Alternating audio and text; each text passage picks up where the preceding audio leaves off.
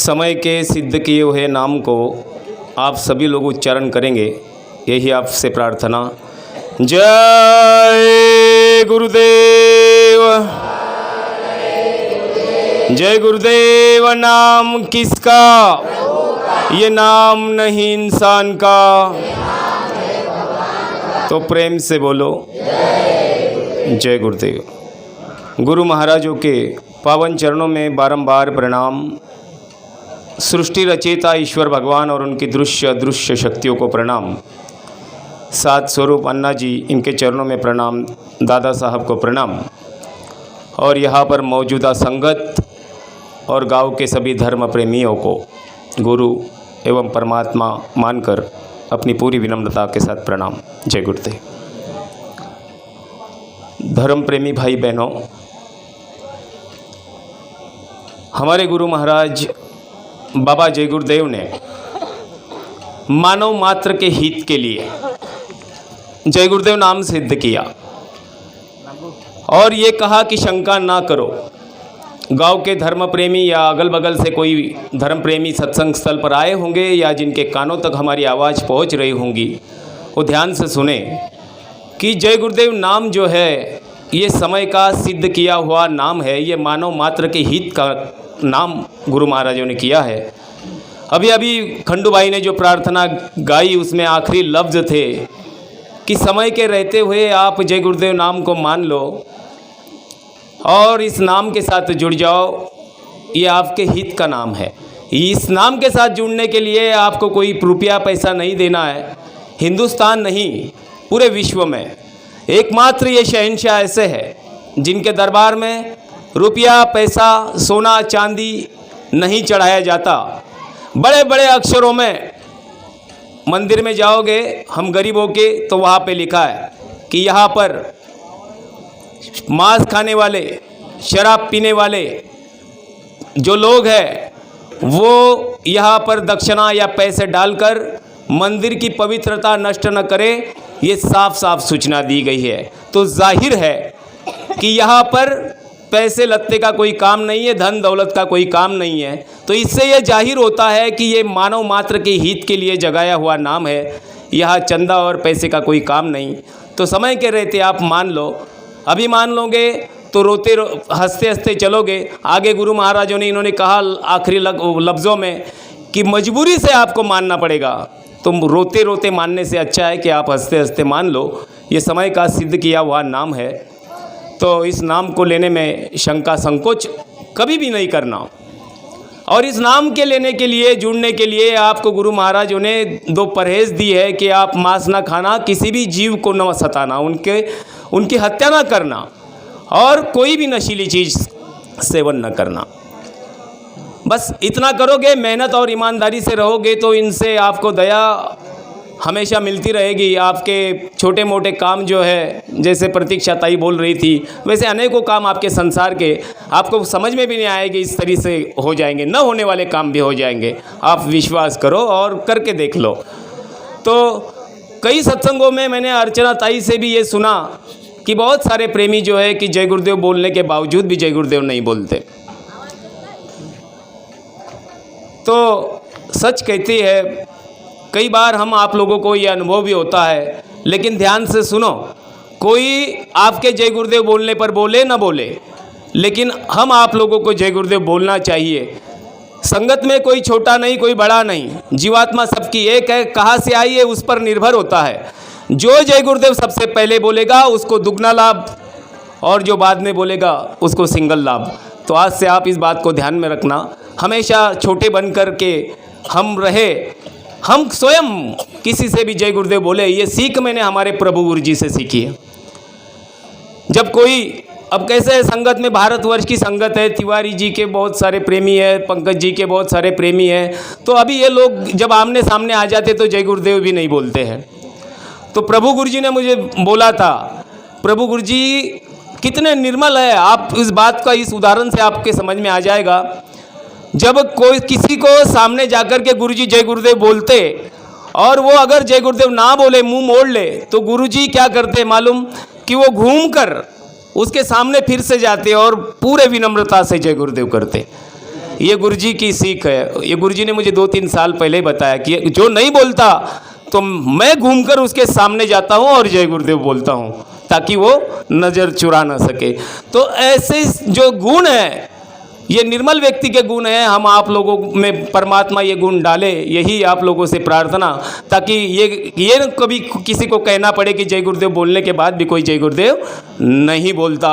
अरे महात्माओं ने, संतों ने, फ़कीरों ने जब जब भी समय का नाम था उसको जगाने के लिए कितनी मेहनत और कितनी त्याग तपस्याएं की, और लोगों का दिन अच्छा हो, लोगों को सुख सुविधा और शांति मिले, इसके लिए लोगों ने कितने कितने प्रयास किए।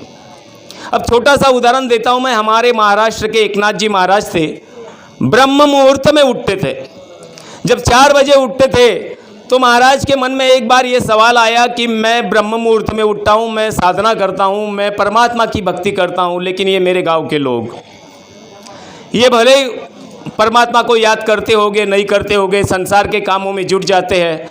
तो एकनाथ महाराज ने यह तय किया कि रोज सुबह ब्रह्म मुहूर्त में उठने के बाद, उस समय में लोग टट्टी करने के लिए गांव के बाहर जाया करते थे। आज बाहर खाते हैं, घर में टट्टी होती है। उस समय में गांव के बाहर जंगलों में टट्टी के लिए जाया करते थे। उस समय की वो बात है। गांव के बाहर बहुत बड़ी शिला यानी पत्थर था। उस पत्थर पर ब्रह्म मुहूर्त में एकनाथ जी महाराज जाकर के बैठ जाते, और गांव में से जो भी आता टट्टी करने के लिए अपना डब्बा लोटा लेकर के, वो पूरे विनम्रता के साथ उसको कहते कि राम राम।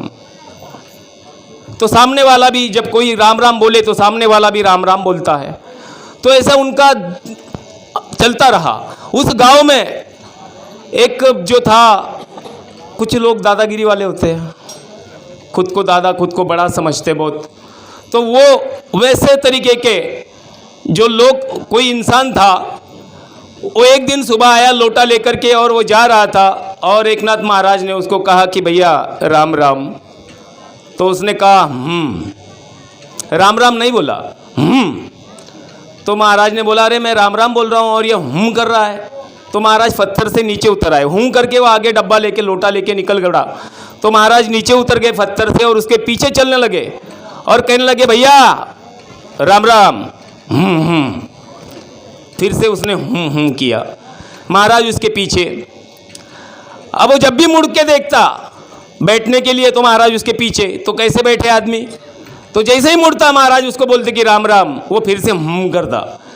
आज महाराज ने तय कर लिया था कि आज इससे परमात्मा का नाम बोल के ही रहूँगा, भले ही कुछ भी हो, कितना भी समय लग जाए। तो बुद्धगांव का जंगल खत्म हो गया, और इधर बगल में जो गांव है जड़के, उसका जंगल शुरू हो गया। सीमा समाप्त हो गई, उधर की सीमा लग गई।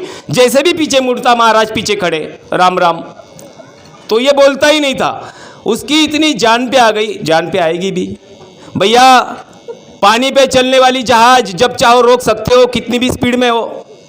हवा में चलने वाला, उड़ने वाला हवाई जहाज जब चाहो रोक सकते हो। पटरी पे चलने वाली ट्रेन कितनी भी स्पीड से वो रोक सकते हो, लेकिन टट्टी अगर किसी को लग जाए तो रोकना मुश्किल है।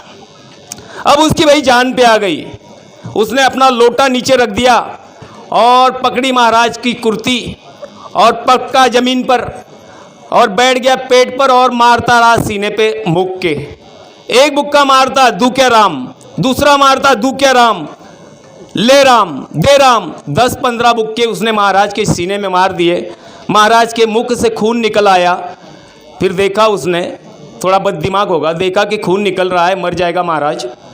तो उसने कहा कि और दूं क्या, बोले। लेकिन हर मुक्के में उसने राम राम कहा। एक मुक्का मारता राम राम बोलता, दूसरा मारता राम राम बोलता 15 बार। जब खून निकल आया बाजू हट गया। तो महाराज ने कहा भैया इतनी मेहनत करने की ज़रूरत ही नहीं थी। जब मैंने पहली बार तुझे राम राम बोला, उसी समय तू राम राम बोल लेता तो न मेरी ये हालत होती न तेरी ये हालत होती। तो कहने का मतलब ये है धर्म प्रेमी भाई बहनों कि ये समय का सिद्ध किया हुआ नाम है, ये हम आप लोगों के काम में आने वाला नाम है। तो आप प्रेम से इस नाम को लिया करें। ये नाम आगे चल करके, आगे बहुत दुख तकलीफ और मुसीबतों से मनुष्य प्रजाति को गुजरना है। तो हम आप लोग आज से ही इस नाम को माने। अब छोटा सा मैं उदाहरण इस बाबा जय गुरुदेव का आपको देता हूं और मैं मेरे लफ्ज़ों को विराम देता हूं। अगर आपने बाबा जय गुरुदेव जी के आदेशों की पालना कर ली, सच्चे मन से सेवा करते रहे, तो आपको भी अनगिनत इनके अनुभव आए होंगे। ऐसा नहीं कि मुझे ही आया है, आपको भी हज़ारों अनुभव, मुझे एक ही आया, आपको हज़ारों आए होंगे। अभी 4-5 दिन पहले मैं पंजाब गया था, मेरे बच्चे का उधर पढ़ाई में नंबर लगा तो उसको पहुंचाने के लिए गया था, तो रेल का टिकट नहीं मिल रहा था, तो रेल का टिकट लेना था। तो मेरा दोस्त है, वो कहा कि मैं खासदार के लेटर से तुम्हें टिकट कंफर्म करवा दूंगा। अब कोई प्रेमी अगर प्रेम से कहे तो मना भी नहीं कर सकते, तो वो खासदार से पत्र लेके आया और मेरे टिकट का PNR नंबर उस पर डाल दिया और भुसावल के वहाँ पर वो उसने डाल दिया। उससे कंफर्म हो जाता है, डेफिनेटली हो जाता है। लेकिन गुरु महाराज को भी ये बताना था कि ये खासदार बिजदार मेरे सामने कुछ नहीं है, ये बताना था। तो मेरा टिकट कंफर्म नहीं हुआ, 46 था, 26 पे आकर के रुक गया, टिकट कंफर्म नहीं था। ट्रेन में बहुत सारा सामान मेरे पास था, बच्चा साथ में था, और रिजर्वेशन के डब्बे में बैठने को कोई जगह नहीं देता है, क्योंकि इतने पैसे खर्चा करके लोग जाते हैं तो कौन तकलीफ सहन करे। तो मैं प्रार्थना करता, मैंने मेरे परिवार वालों को ये कहा घर में, मेरी धर्म पत्नी को, कि मेरा टिकट कंफर्म है, चिंता ना कर। और मैं वो सामान और बच्चे को लेकर के स्टेशन पे निकल आया। जैसे ही स्टेशन पे प्लेटफॉर्म पे खड़ा रहा, गुरु महाराज से प्रार्थना की कि उसी डब्बे में चढ़ाना जहाँ मेरी व्यवस्था हो मालिक। बस सामान रखने की भी व्यवस्था हो गई तो बहुत है, क्योंकि लोग सामान भी नहीं रखने देते। जो डिब्बा मेरे सामने आया उसी में चढ़ा। गेट में लग कर के पहली सीट पर एक पुलिस वाला सोया हुआ था और उसके नीचे कोई बैग नहीं थी। वहाँ पर मैंने सारा सामान मेरा भर दिया।